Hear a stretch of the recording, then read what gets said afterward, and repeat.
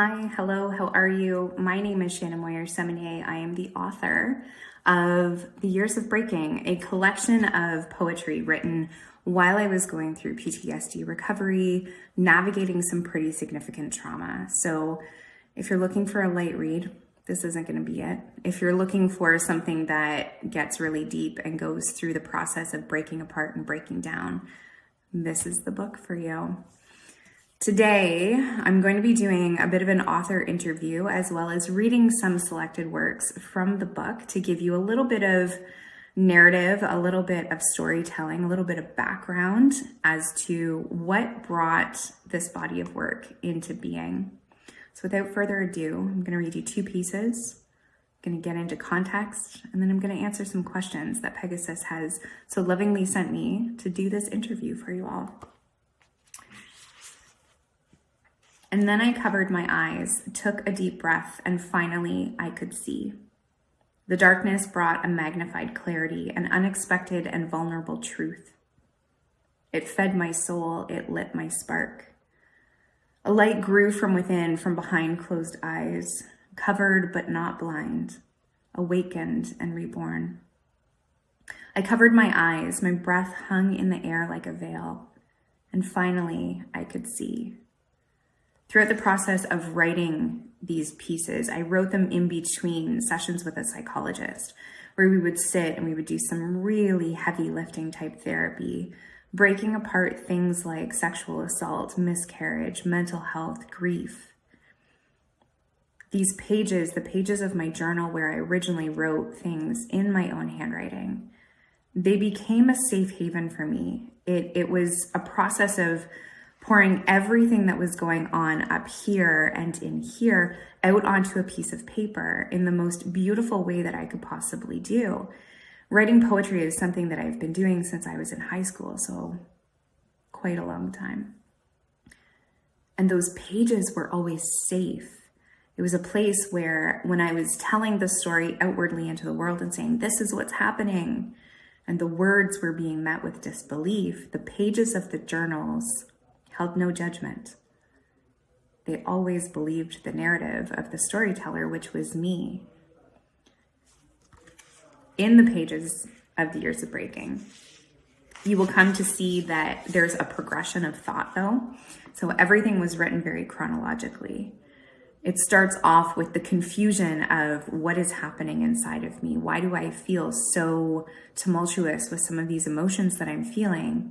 And progresses through the healing pieces, the breaking down, the burning of a foundation, the foundation of ideas and concept of self narrative that was taught over time. And then it comes out on the other side, and at the end, it's very angry. It kind of follows its own little grief cycle, if you will. But it's important. It's important to see it in a chronological way. Because what I've learned in sharing these words and sharing my story as well is that this isn't just my story anymore. It echoes the narrative of so many people out there that have been abused, that have been assaulted, that have gone through mental health and a great deal of trauma. It echoes all of those things. This story means so much more now. So yes, it's written from my narrative, but it also echoes the narrative of so many people out there. And so she loved, while the rest of the universe told her not to, while others sought to sow seeds of doubt. She loved deeply and with reckless abandon, without agenda or need for answers, fully and completely. And so she loved herself. Before I get to the heavy lifting pieces, I'm going to answer some of the questions that Pegasus sent to me. First one, in this big list, I'm not going to answer them all, but I'm going to answer a selection. I'm going to do it in an unscripted way because that's what rings the most true to me as a human being and an individual. I believe very much in being vulnerable and sharing of experience so that people can understand and maybe see themselves reflected in those moments. When did you realize you wanted to be a writer? I started writing when I was in grade 3. And when I look back on it, I was 8, 9 years old. When I look back at that time, when I was writing, it very much was escapism. It very much was to dissociate from what was happening, because it actually coincides with when some of the first trauma happened. So it's really interesting to me now, in this hat that I wear as a holistic counselor, to kind of psychoanalyze my own experience. As a writer, I started writing these fantasy stories of dolphins and wanting to do research and wanting to follow them and kind of escape into this world that I didn't have to be me, and I didn't have to carry the weight on my own anymore. So that's when I kind of realized that there was something to this. There was something to these words, and I wanted to be able to share them outwardly. What inspired you to write your book? Well, life experience, and that shared experience between people who've survived trauma, and trauma is relative to the individual. But this experience is stringing together these heartbreaking moments into a story, written and anchored in poetry. I wanted to do that so that if one person reads this and finds their own story, that's perfect. That's exactly what the intention is. If one person reads these words in the years of breaking and starts to see themselves and starts to unpack their own trauma, that's what the inspiration is behind this. When did you write your first book? How old were you? My first published book is The Years of Breaking. So this is a very big thing for my tender heart. I was 36 when I started writing it. 37 by the time it was presented to Pegasus, and 38 once it was published. How many books have I written? This is the first one. I do have subsequent follow-up collections already written and in the pipeline, because the narrative doesn't just stop here, right? Because we're not one-dimensional human beings. There's more life that happens after all of this gets unpacked.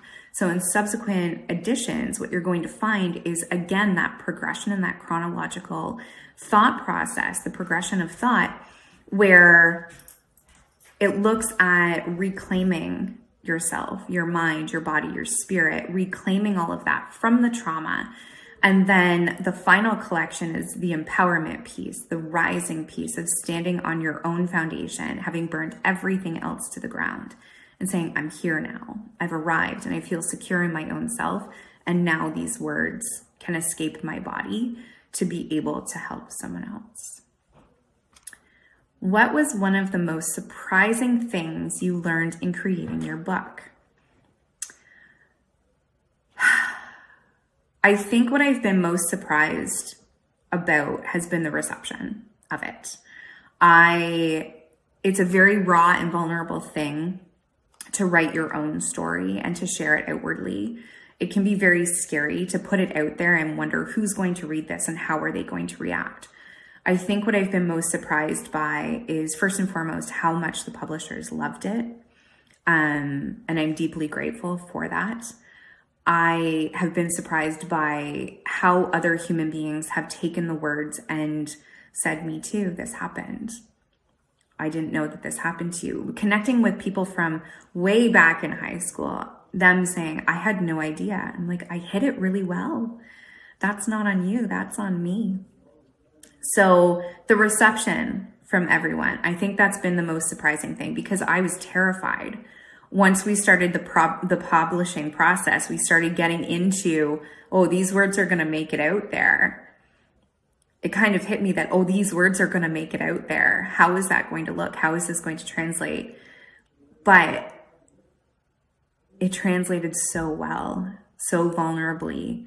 And there's so much courage and bravery within this book, within these pieces, even though they're the most heartbreaking moments that I've captured. There's so much beauty and brave vulnerability there that I'm incredibly proud of how this came to be. Now for some of the hard pieces. It's all about balance, right? How can you constantly put him first? Did you not see the pain you're causing? I've come to understand that these relationships we think we should have, allegiances of our blood, are ones that are thrust upon us and ones that we are made to feel guilty about should we choose to walk away. But I choose to walk away. I'm tired of hurting, and for me to move forward, I have to be done with this. I can't keep alternating between hurt, anguish, grief, pain, anger, frustration, and disbelief. It's confusing, it's haunting, and it's toxic. I may be last to you, but to me, I am first. This piece specifically, I chose for this video because it really captures the moment where in therapy, I got to the point where my healing was so much more important than the comfort of others, that this story had weight, that these experiences, while heartbreaking and haunting, had importance to them. And the importance behind them was that they needed to be shared so that other people could see themselves in the story and get to another piece of human awareness, of emotional awareness, of unpacking their stories and their trauma so that they could grow. Oh, another question. As a child, what did you want to do when you grew up? For a very, very long time, I wanted to be a biological oceanographer, specifically studying the behavior of dolphins. Again, that escapism kind of came into it. And then grade 11 trigonometry hit, and my brain does not function that way, and that's okay. So I got into history, I got into fine art, and when I'm able to throw my emotions into word or into paint or into clay even, that's where it's the most authentic to me. So yes, in my very beginning years, I wanted to work with dolphins, but as I grew over time, I've kind of come back to that now in becoming a writer and holding space for other people's stories as a counselor. This is exactly where I'm supposed to be. I'm so thankful to be here. One last question before I close it out with a poem that, again, is hard but important. What advice would you give to other aspiring authors? Do it. If you're thinking about writing and you're thinking that you maybe have something that you need to say, something you need to share, chances are somebody out there needs to hear those words. So as you're writing, write as though you're writing to one person. You're speaking to one person because it'll grow from there.